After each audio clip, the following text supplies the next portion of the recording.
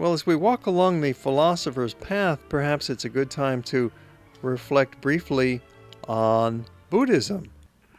After all, so much of Japan and the temples of Kyoto are involved with Buddhism. Now, most Japanese people are not very religious. When they go to the temples and the gardens, it's really not so much on a religious or a philosophical pilgrimage. It's to see the beauties.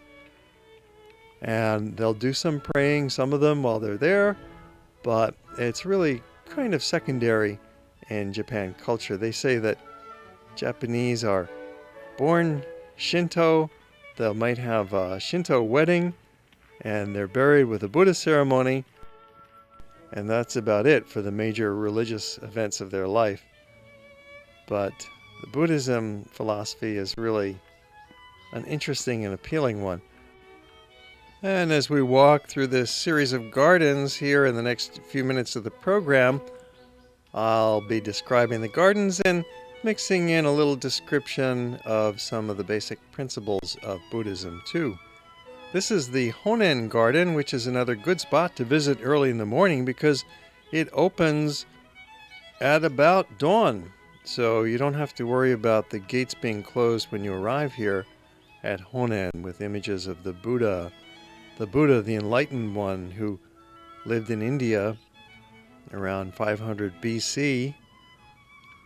He established a philosophy of life which has evolved into one of the world's great religions. In fact, has taken on a life of its own and gone quite far beyond what the Buddha had envisioned. But the basic Buddhist beliefs come down to the Four Noble Truths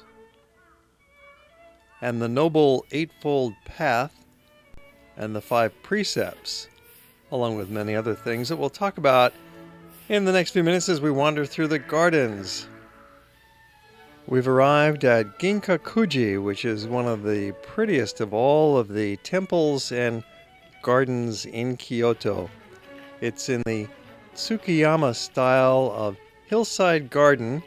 You walk in and there's a pond, there's bridges across the pond to little islands that symbolize our connectivity with each other and the world of liberation. And then you can walk up the hill and gain some lovely views. So as we stroll around, let's consider these Buddhist principles in this Buddhist temple garden. The Four Noble Truths start with the idea that life involves suffering. And there's a cause of this suffering, which is ignorant craving and attachment.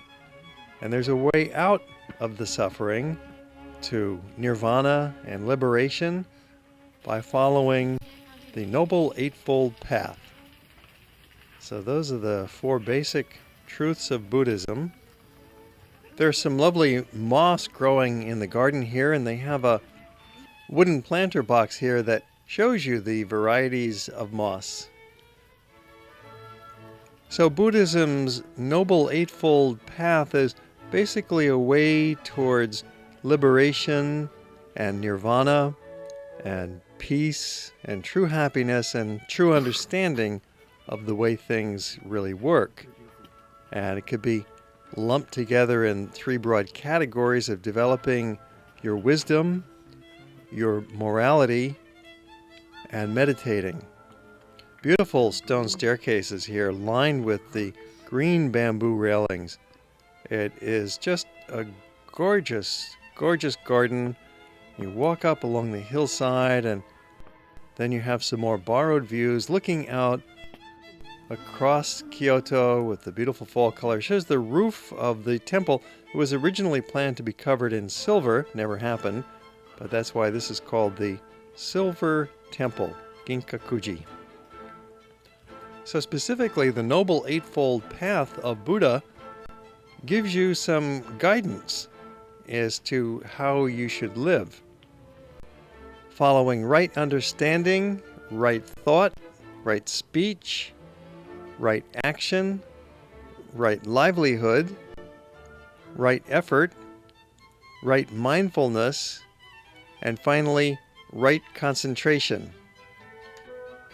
Basically, doing the right thing.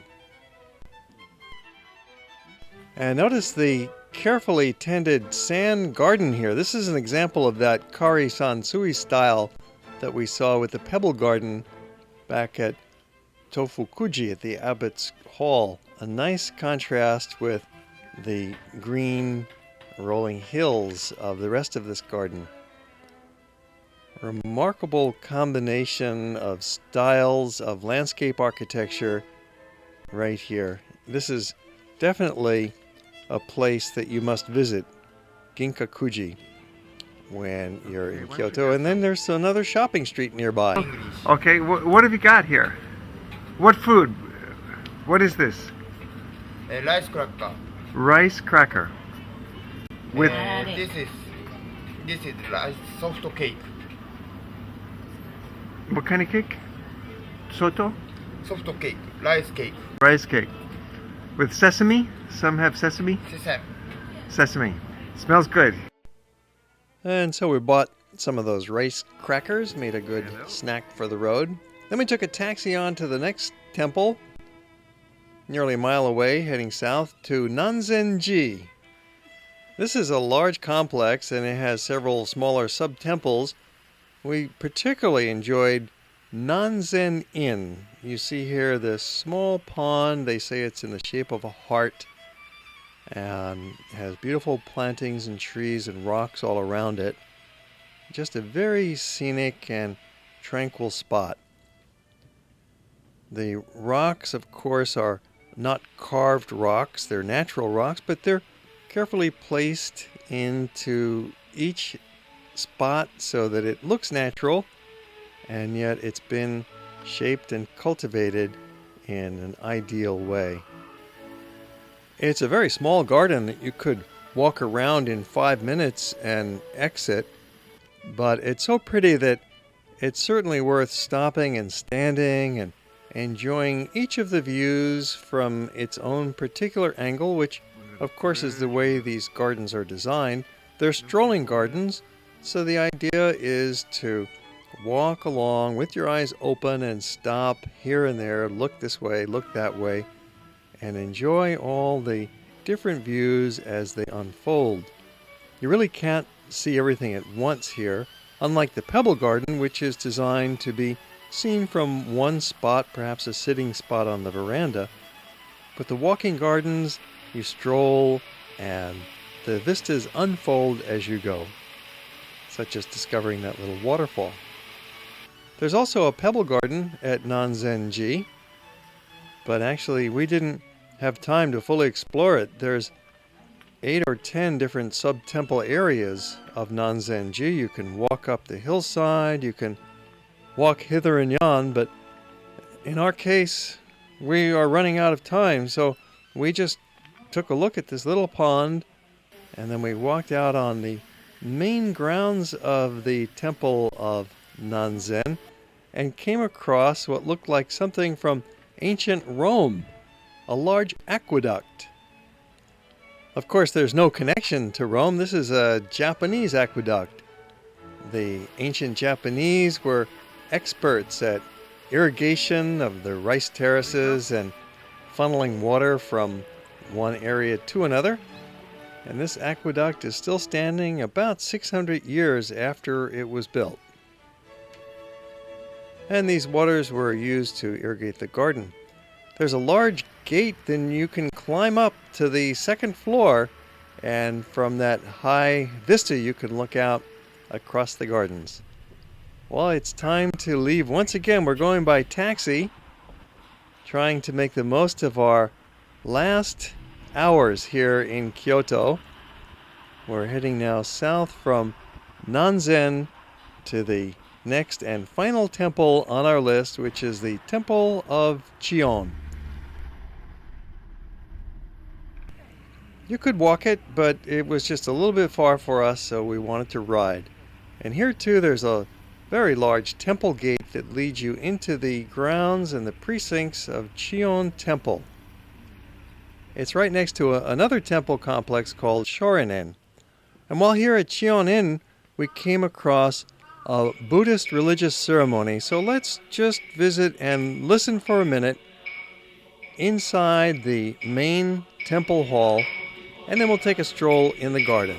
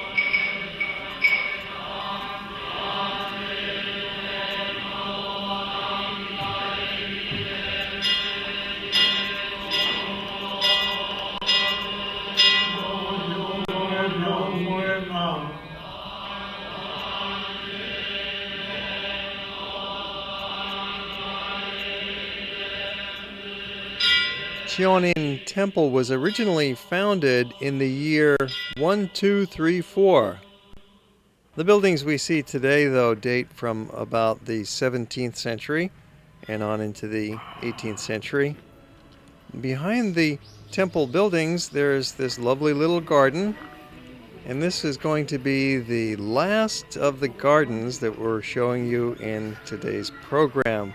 Now, of course, there are many, many more gardens in Kyoto that are worth exploring. We just didn't have time to get there in our brief visit to this beautiful city. We stayed for 3 days, which was adequate to get a good sample of the place, but you could easily spend 1 week in Kyoto. There are so many wonderful gardens and temples and interesting parts of downtown to enjoy. And plus there are some day trips that you can take to nearby towns as well, such as Nara. This garden has a rich variety of features, ranging from the cemetery to smaller temple buildings, the staircases, the lower garden with the pond, the hillside with the vistas looking out across the town and the wall around it. It really is a magnificent ensemble as a couple of monks head on in for some quiet meditation. We have to go down this big staircase to exit. Be careful now. You don't want to be looking at your camera while you're walking down steps like that. Some final views of the main hall of the Chion-In temple. And there's another beautiful temple with this golden image of the Buddha. One of the prettiest Buddha statues we've ever seen. Designed for prayer and meditation.